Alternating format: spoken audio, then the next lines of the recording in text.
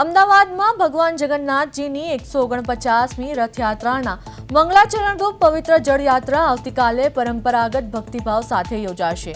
રથયાત્રા પૂર્વેની આ સૌથી મહત્વપૂર્ણ ધાર્મિક વિધિ અંતર્ગત 108 કળશ સાથે જળયાત્રા વાજતે ગાજતે સોમનાથ ભૂદરના આરે પહોંચશે, જ્યાં વૈદિક મંત્રોચ્ચાર સાથે ગંગા પૂજન કરવામાં આવશે।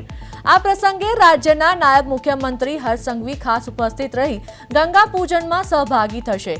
ત્યારબાદ સાબરમતી નદીના પવિત્ર જળને કળશોમાં ભરીને ભગવાનના જળાભિષેક સહિતની આગામી ધાર્મિક વિધિઓમાં તેનો ઉપયોગ કરવામાં આવશે। આ ભક્તિભર કાર્યક્રમમાં માટે મંદિર ટ્રસ્ટ દ્વારા તમામ તૈયારીઓને આખરી ઓપ આપી દેવામાં આવ્યો છે। સાથે જ સુરક્ષા વ્યવસ્થા અને શ્રદ્ધાળુઓની સુવિધા માટે તંત્ર પણ સંપૂર્ણપણે સજ્જ છે। આ ઐતિહાસિક જળયાત્રામાં મોટી સંખ્યામાં સંતો, મહંતો અને ભક્તો જોડાય તેવી અપેક્ષા છે, જે રથયાત્રાના ઉત્સવનો માહોલ અમદાવાદમાં ગુંજતો કરશે।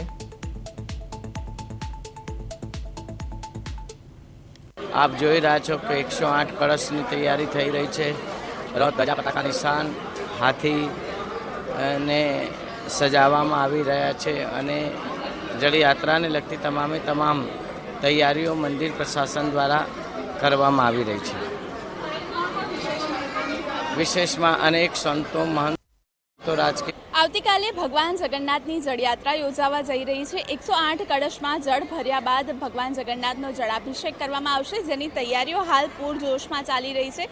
જગન્નાથ મંદિર ખાતે આ 108 કળશ જે છે તે લાવવામાં આવી રહ્યા છે અને આ કળશમાં આવતીકાલે પાણી ભર્યા બાદ જે છે તે ભગવાનનો જળાભિષેક કરવામાં આવશે।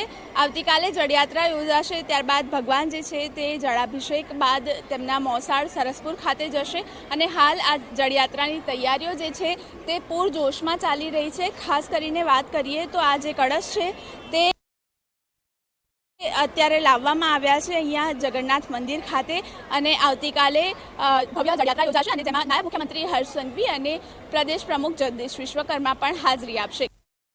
આવતીકાલે ભગવાન જગન્નાથની જળયાત્રા યોજાવા જઈ રહી છે, ત્યારે આ સાબરમતી નદીના ભૂદરના આરે આવતીકાલે ભગવાન જગન્નાથના જળાભિષેક માટે 108 કળશમાંથી જળ ભરવામાં આવશે અને ગંગા પૂજન કરવામાં આવશે। ત્યારબાદ ભગવાન જગન્નાથને 108 કળશ ના જળ જે છે તેનાથી જળાભિષેક કરવામાં આવશે, જેને લઈને હાલ તૈયારીઓ જે છે તે શરૂ કરી દેવામાં આવી છે। આવતીકાલે ભગવાન જગન્નાથની જળયાત્રા યોજાશે અને સાબરમતી નદી આ જે છે ત્યાં આ ભૂદરના આરેથી જળ ભરીને ભગવાનનો જળાભિષેક કરવામાં આવશે।